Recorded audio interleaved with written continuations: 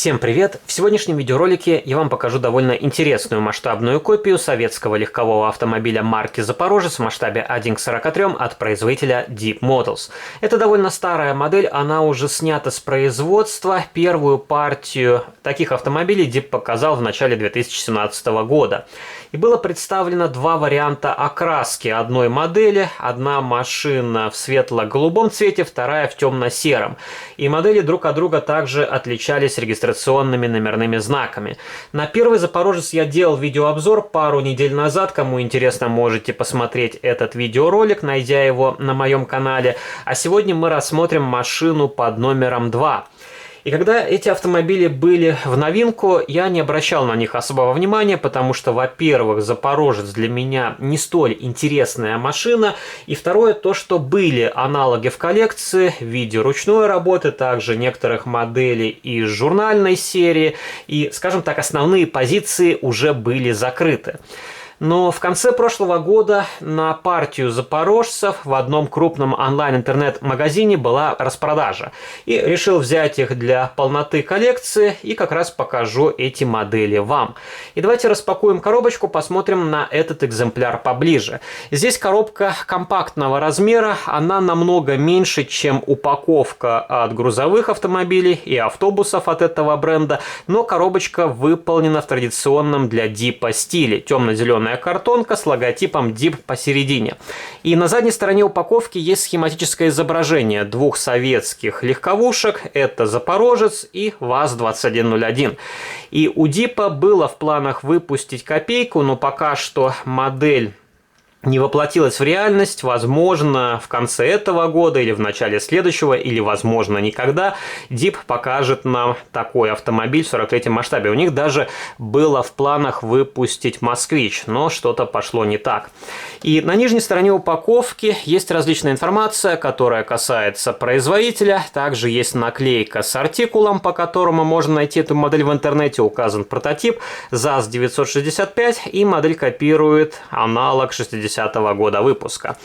И тираж этих моделей 360 единиц, и с каждой масштабной копии поставляется сертификат подлинности с уникальным порядковым номером. И у меня модель под номером 55. И как многие бы сказали, красивые циферки, но для меня они не играют особого значения, это просто бумажка, и важней сама масштабная копия. И здесь также есть фотография настоящего прототипа, и по фото сложно понять, в какой схеме окраски выполнен автомобиль. То ли он серого цвета, то ли небесно-голубого. Очень большая зернистость, и, конечно, здесь лучше делать более качественные фото, но, видимо, Deep хотел подчеркнуть именно то, что модель скопирована с этой машины, и поставил вот такое довольно старое фото. У меня такое ощущение, что оно искусственно окрашено. Изначально фотография была в черно-белом цвете. Но, опять же, повторюсь, это не столь важно в данном случае. И давайте посмотрим, как выглядит сама модель. И в плане покраски и сборки здесь нету каких-либо замечаний, все аккуратно установлено на свои места. Также в лакокрасочном покрытии нету какого-то мусора, пятнышек клея. И у меня такое ощущение, что эту модель делал Spark по заказу Deep Models. Во всяком случае, есть косвенные признаки, которые мне напоминают продукцию завода Minimax. И здесь очень хорошо сделан салон, он полностью окрашена панель приборов, рулевое колесо, также сиденья. Дверные карты здесь сделаны единым целым с корпусом автомобиля и просто обозначены краской. Это характерный признак изделий из полимера. Также, если вы посмотрите на остекление, на дверцах здесь рамки окон сделаны из фототравления, а задние окошки — это цельная деталь, здесь просто там по печатью обозначено черное уплотнение. Но издалека такая комбинация смотрится вполне нормально. Дверные ручки здесь в хроме, это мелкие отдельные детали. Также мне понравилось, как сделана светотехника спереди. Отсутствуют черные точки, правда, фары не совсем прозрачные, и вот левая фара здесь более мутная, чем правая. Возможно, это просто испарение от клея. Также на крышке багажника присутствует красный красная звезда и есть надпись «Запорожец». И несмотря на то, что это микроскопическая деталь, она довольно хорошо читается. Хорошо сделан передний и задний бампера. Это хромированные элементы. Хром здесь отличного качества, без каких-либо потертостей. Также установлены регистрационные номерные знаки. А вот номера, на мой взгляд, сделаны довольно просто. Просто на черном фоне напечатали белые цифры и буквы. И, на мой взгляд, такие детали лучше делать объемными из фототравления, как, например, на продукции Classic Bass. И в целом эта модель отлично передает образ настоящего прототипа, ничто не режет глаз, но были некоторые замечания по поводу высоты лобового стекла, и также мне не очень нравится, как здесь сделана колея. Она слишком широкая, и, по-моему, у Запорожца она должна быть намного уже. А здесь, получается, колеса практически выпирают из колесной арки. И также здесь не очень аккуратно установлены стеклоочистители. Правый дворник упирается в стойку, и он уже заходит за границу лобового стекла. Но, опять же, это мелочи, которые не так сильно бросаются в глаза.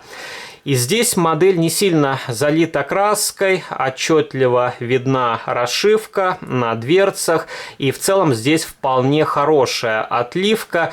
Я не вижу каких-либо дефектов при проектировке модели, и также здесь довольно симпатично получились колесные диски.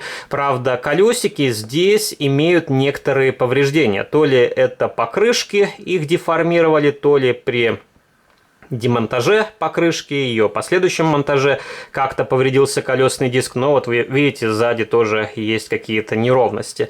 Хотя колпачок здесь смотрится вполне нормально, он из хромированного пластика, это отдельный элемент. Задние фонари здесь сделаны в хроме, они окрашены красным прозрачным лаком.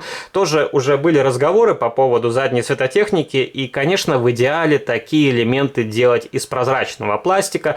Но, опять же, это удорожает производство, и на многих дорогих моделях того периода времени была похожая светотехника сзади, так что здесь особых претензий у меня нет.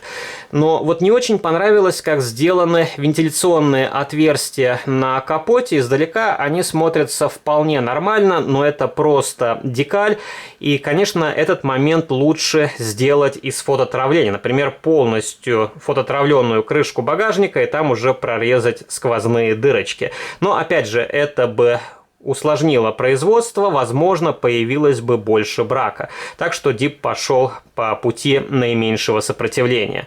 Ну, вот так модель выглядит сзади. У нее довольно простое днище, нету смысла откручивать масштабную копию от подставки, все равно модель хрупкая и может что-то повредиться, поэтому поверьте на слово, там особо нечего смотреть.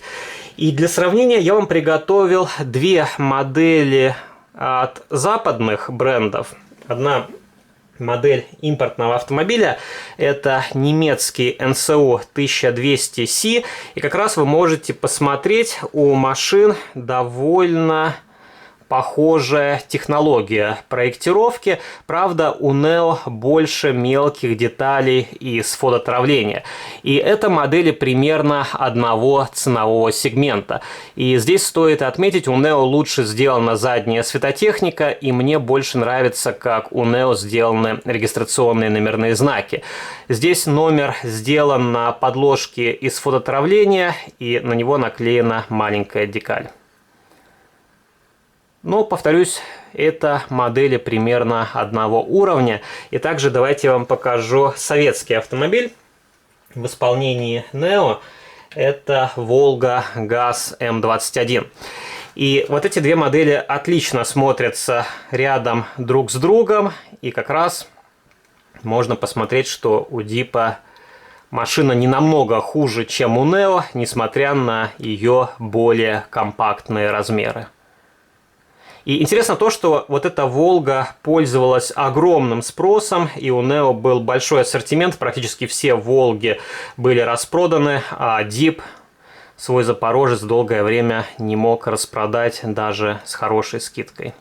Ну, опять же, здесь такой менталитет, что люди думают, чем больше модель, тем она должна дороже стоить. Это как с палкой колбасы. Но на самом деле это далеко не так. Бывают очень миниатюрные изделия, которые в разы сложнее сделать, чем более крупную масштабную копию, и они, естественно, будут стоить намного дороже.